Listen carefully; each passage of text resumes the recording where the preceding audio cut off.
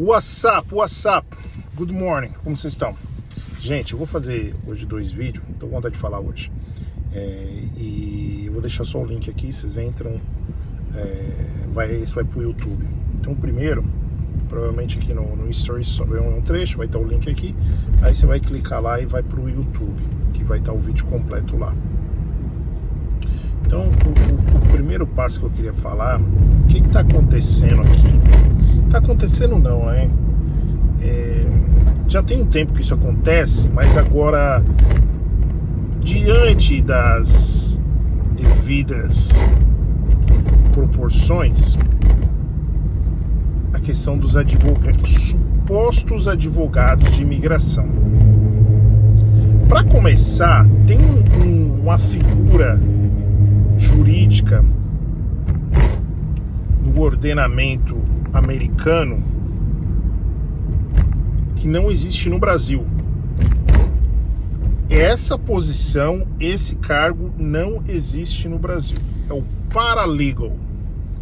Eu lembro que uma época teve um projeto no Brasil, porque acontece muita gente que fazia o curso de Direito no Brasil, estuda lá os 5 anos, e o cara não passa no exame da ordem. E esse cara meio fica assim, ele é um bacharel em Direito, mas ele não é advogado propriamente dito, porque ele não passou no exame da ordem, sem a certificação ali. Eu sei que tem a carteirinha de estagiário ali, acho que é pro 4º ano, né? E o 5º ano você tem essa carteirinha, mas enfim, você tem que passar no exame da ordem para ser um advogado, ponto e acabou. Então, teve uma época que tentaram passar no Brasil uma lei que fizesse com que, se caso você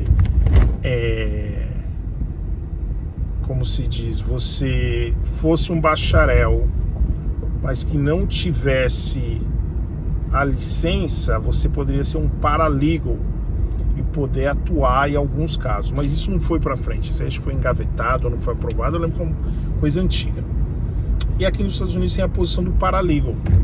Então, na minha cabeça, eu sempre achei que o paralegal era um cara que estudou, uma pessoa que estudou direito, mas ela não conseguiu passar no exame da ordem aqui, e isso fez com que para ele não ficar parado nessa posição.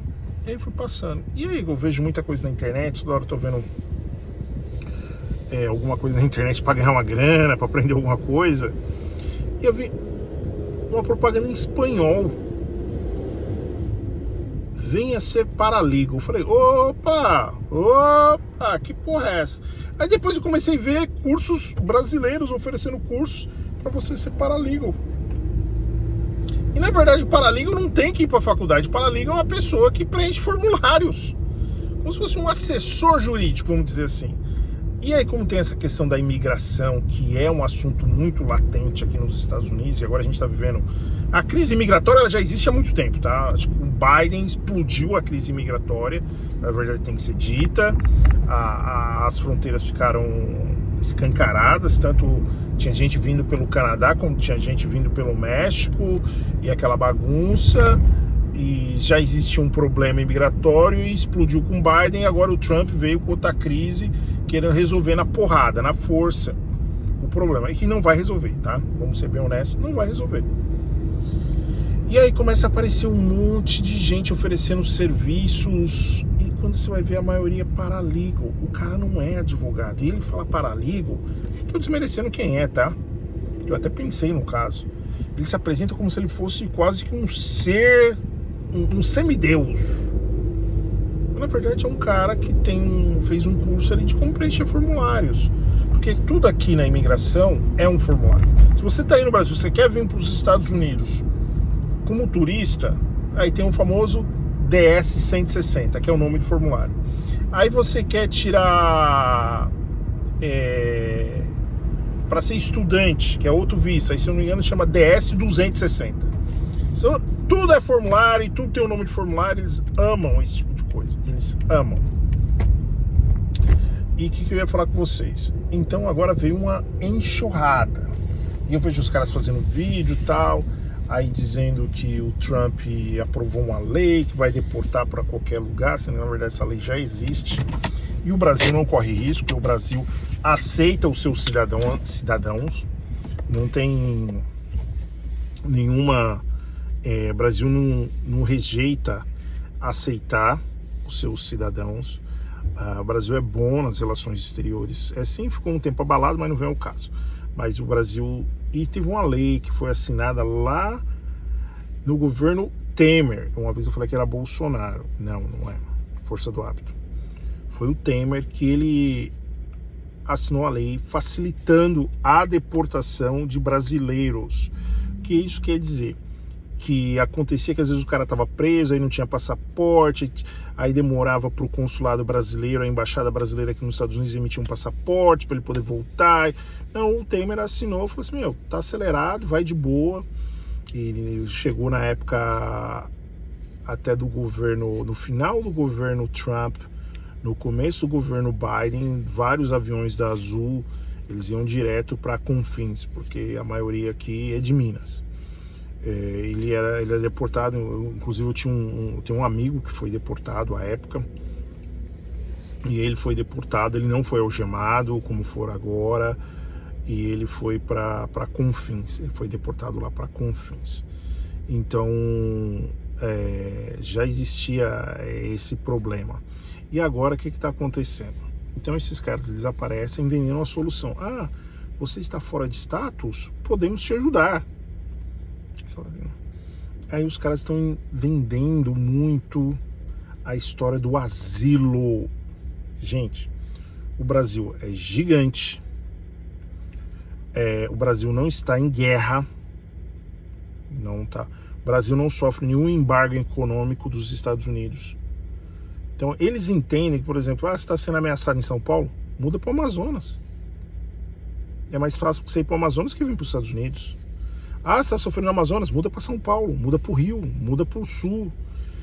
Então não faz muito sentido. São assim casos muito específicos que a imigração americana vai aceitar o asilo. Mas o que a maioria da galera faz? Eles aplicam para o asilo para ganhar tempo, porque enquanto você é um aplicante do asilo, eles te dão a permissão ao trabalho e te dão um Social Security. Social Security é como se fosse o CPF brasileiro. Você paga imposto, você construi crédito. Então, na verdade, virou uma máquina. Uma galera oferecendo, não, que não sei o quê. E os Estados Unidos está com... Na época, tinha mais de 2 milhões de casos de asilo em análise. Eles não têm mão, eles não têm gente para processar tudo. Então, essa galera ganhava tempo, 5 anos. Eu conheci uma mulher que a primeira corte dela, ela já está aqui há 7 anos... E a primeira corte dela foi marcada, ela teve uma corte, foi na corte, veio a primeira audiência, e marcaram a segunda audiência para 2029. E ela falou assim, não, 2028 eu vou embora. Já juntei a grana que eu queria, e muita gente fez isso. Entrava lá, pegava o Social Security, podia trabalhar em qualquer lugar, porque ele tem a permissão para trabalhar, virava caminhoneiro, trabalha no McDonald's, whatever. Isso virou uma máfia, para mim é máfia, desculpa. Em todo lugar, falando, não, vamos fazer o asilo, você vai pegar seu social, que o social é como se fosse um primeiro passo para um green card, sabe? Então, ter o social é algo assim pro brasileiro, pro latino, é muito, eu tenho social. O cara faz crédito, ele vai lá, vai no leasing, compra um carro zero. Ele compra um carro zero e dependendo de onde ele vem, ele nunca teve a chance de ter um carro zero na vida. Então, isso ele constrói o crédito, ele comprou uma casa. Só com social. Então, isso pagando imposto, óbvio, né? Declarando um imposto. Mas virou uma máfia, começou e inflou o sistema imigratório. A fila tá enorme. Só que em Massachusetts, a governadora contratou mais juízes de imigração e os processos começaram a andar rápido. E foi muito engraçado que eles perceberam, eles também não são bobos, eles perceberam que estava tendo uma epidemia de pedidos de asilos de latinos. Falando, peraí, o que eles começaram a fazer? Em vez de pegar aquele caso lá de 5 anos atrás, não, eu vou pegar o do cara que aplicou há 1 ano atrás. O cara que aplicou há 6 meses. Não, vamos chamar esse cara para vir aqui? Eu quero que ele sente aqui, eu quero que ele explique a história dele, eu quero entender de fato se ele depende, ele necessita de um asilo. E com isso, muita gente está saindo lá da corte, falando assim, o asilo foi negado. Ele pisa do lado de fora, o ICE, o Immigration Customs Enforcement, já está esperando ele ali, ó. Clac. Dali, meu amigo, se o juiz falou que você não tem direito a ter um asilo, você não tem mais o que fazer. Você já viu o juiz. O juiz já falou que você não é digno, não precisa de um asilo. O que você vai fazer? Você tem que ir embora. O que acontecia no passado? Aí eu volto a falar, isso é um problema. E não foi só com o Biden, não. Tinha gente que tá com carta de deportação aqui desde a época do Obama. O cara tá com carta de deportação do Obama, passou pelo Trump, passou pelo Biden. E a pessoa tava vivendo aqui mesmo.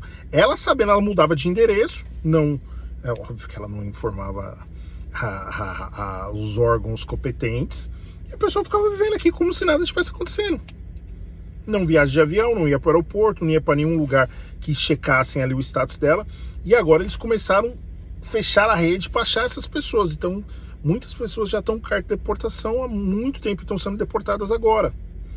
Outras que tiveram um processo rápido, porque como eu falei, em vez dele pegar a pilha de processo estava lá, em vez dele pegar o de baixo da pilha, o first in, first out, né? O primeiro que entra, o primeiro que sai. Não, eles começaram, vamos pegar esse último aqui.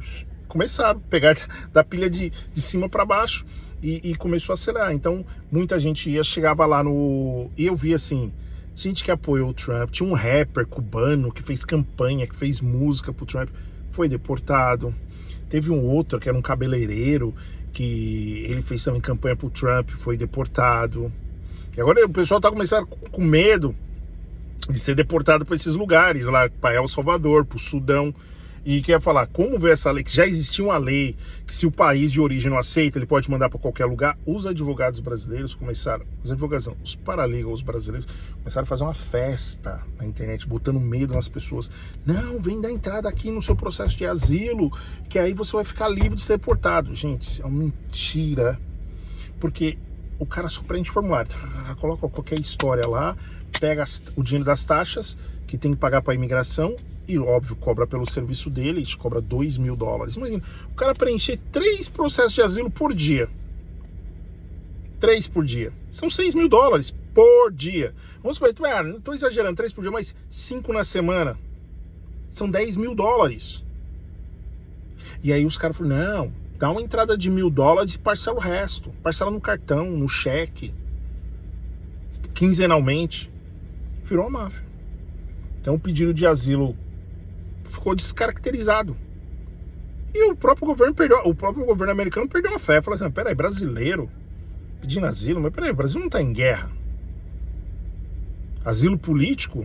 Aí tem uns casos questionáveis lá na Flórida, que eu não vou citar nomes, que você sabe de algumas figuras da extrema-direita brasileira que na primeira apertada lá do Xandão, correram lá para a Flórida, né? Flórida virou playground de extremistas. Então é isso, gente. Então é isso que está acontecendo. É a máfia dos paralegals e tem advogado por trás dando respaldo, tá? Também não vou deixar tudo na mão dos paralegals. Tem muito advogado brasileiro só de olho no não faz me rir. Então se você assistiu até aqui, o vídeo ficou longo, muito obrigado. Curta, se inscreva, compartilhe, que fortalece. Aqui é minha camisa. Não dá pra mostrar aqui, mas They Not Like Us. Fui!